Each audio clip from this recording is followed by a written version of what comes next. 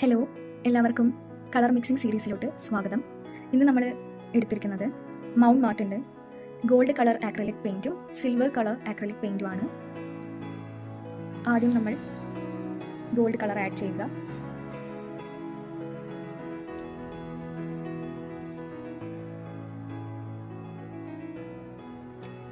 Silver colour add ചെയ്യുക. Mix ചെയ്യുക.